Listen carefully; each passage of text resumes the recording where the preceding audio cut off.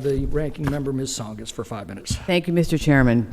This is the 4th hearing on forest management held by this subcommittee this year.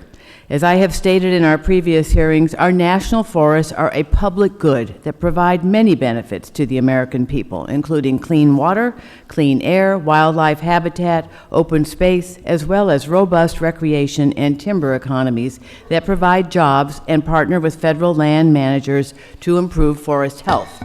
Everyone agrees that we must increase the pace of restoration work to limit the impacts of catastrophic wildfires and improve the long-term health of our forests.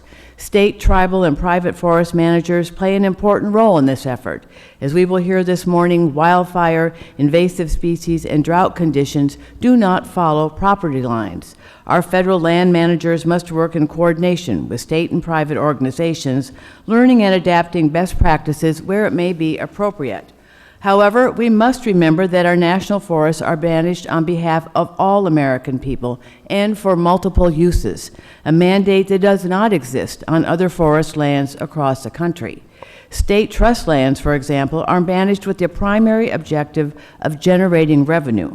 Directly comparing our national forests to state, tribal, and private lands is like comparing apples to oranges and does not advance our discussion here in Congress in ways that we can better manage our national forests.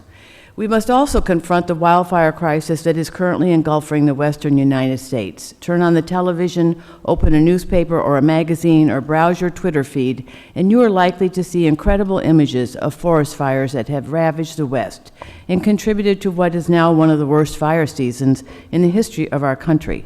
Over 8.5 million acres have burned already during this fire season, and we have seen a tragic loss of life among both firefighters and civilians who were unable to evacuate before fire swept across their property.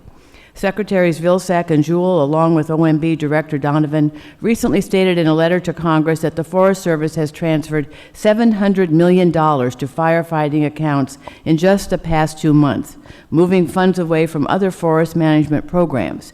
52% of the Forest Service budget is now dedicated to wildfire suppression, squeezing out the funds needed for other critical Forest Service programs. In the 1990s, wildfire funding accounted for approximately 13% of the agency's budget. This trend is completely unsustainable. Spending more than half of the agency's budget on wildfire management squeezes out funds needed for other critical Forest Service programs, including those that directly benefit state, tribal, and private forest landowners. And unfortunately, this reality is not expected to reverse itself anytime soon. Both the Forest Service and the U.S. National Climate Assessment predict that the frequency and intensity of wildfires will increase throughout the 21st century, largely due to the effects of climate change.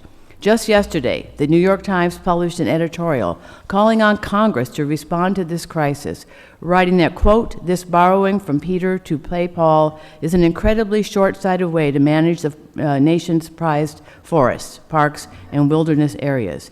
Federal agencies should have sufficient resources to deal with wildfire without robbing programs designed to protect water quality, preserve and acquire open space, and which in some cases are explicitly aimed at making forests more resilient to future fires," unquote. While I understand that the Senate's continuing resolution to fund the government through December 11 does include an additional $700 million in emergency funding for wildfires, we are still not addressing the root of the problem. H.R. 167, the Wildfire Disaster Funding Act, is a bipartisan measure that is co-sponsored by 134 members of the House, including 14 members of this very subcommittee. This measure will guarantee that national forestry funding can be used to fulfill its original purpose, to ensure our nation practices good stewardship of our national forests for the benefit of all Americans. I urge this committee to act on this legislation and send it to the House floor for a vote.